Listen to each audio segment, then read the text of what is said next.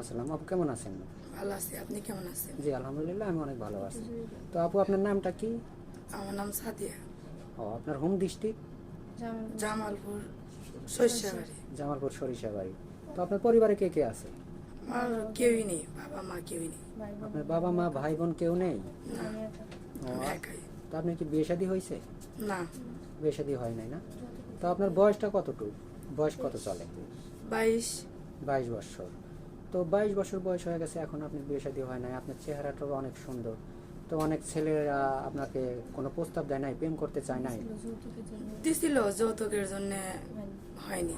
ও, মানে আপনাদের ওইদিকে কি যৌতুকটা অনেক বেশি? না, অনেক বেশি। তো কত টাকা যৌতুক আপনাদের ওইদিকে? 3 লাখ। ও, তা আপনি এই যে ছোট থেকে বড় হয়েছেন, এতদিন কার মাধ্যমে বড় হয়েছেন? দাদি আছে। ও, আপনার দাদি আছে এখনো? তো আপনার বাবা মা কিভাবে মারা গেছে? রোড অ্যাক্সিডেন্টে মারা গেছে। রোড অ্যাক্সিডেন্টে মারা গেছে?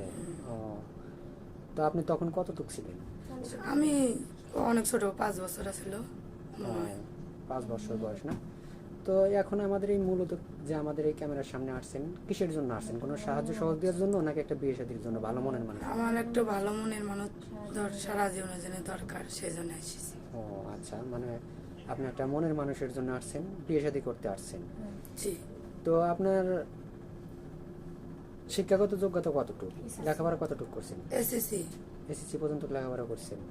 ও আচ্ছা। তা আর আপনার লেখাপড়া করার ইচ্ছা ছিল না? সামর্থ্য নেই। ইচ্ছা ছিল না? ইচ্ছা ছিল। যদি অনেক প্রবাসী ভাই আমাদেরকে লক দিয়ে থাকে যে বিয়ে শাদী করবে, আপনি লেখাপড়া করাবে, আপনি কি সে যদি লেখাপড়া করায় আপনি কি লেখাপড়া করবেন? হ্যাঁ, করব। ও, করবেন না? তো আপনার কি ফোন আছে? নাই। ফোন নেই? সত্যি ফোন নেই? সত্যি ফোন নেই। এই যুগে তো কেউ বিশ্বাস করতে চায় না যে কারো ফোন নেই। যাই ভিক্ষা করে খায় তারও তো একটা বাটন ফোন হলে থাকে। নিজেই চলতে পারি না, ফোন কোথায় পাবো? ও আচ্ছা, ঠিক আছে। পরনের কাপড় চুরি নাই, ফোন কোথায় আপনার পাবো? যে গায়ের ওড়নাটা নিছেন বা ড্রেসটা পরে আসছেন, এটা কার? অন্য এক কাপড়। ও, অন্য একজন আপুর থেকে নিয়ে আসছেন না? ও আচ্ছা। আসলে দেখেন, মেয়েটা আসলে অনেক গরিব, মানে বাবা মা কেউ নেই, ছোট থেকে অনেক কষ্ট করে মানুষ হয়েছে দাদির কাছে। তো আপনি কি দর্জির কাজটা বা কোনো কাজ করেন? হ্যাঁ, দর্জির কাজ করি, উম, মানুষের টেলেসে কাজ করি। ও, অন্যের জন্য টেলার্সে কাজ করেন, আপনার মেশিন নেই? না, মেশিন নেই। ও আচ্ছা।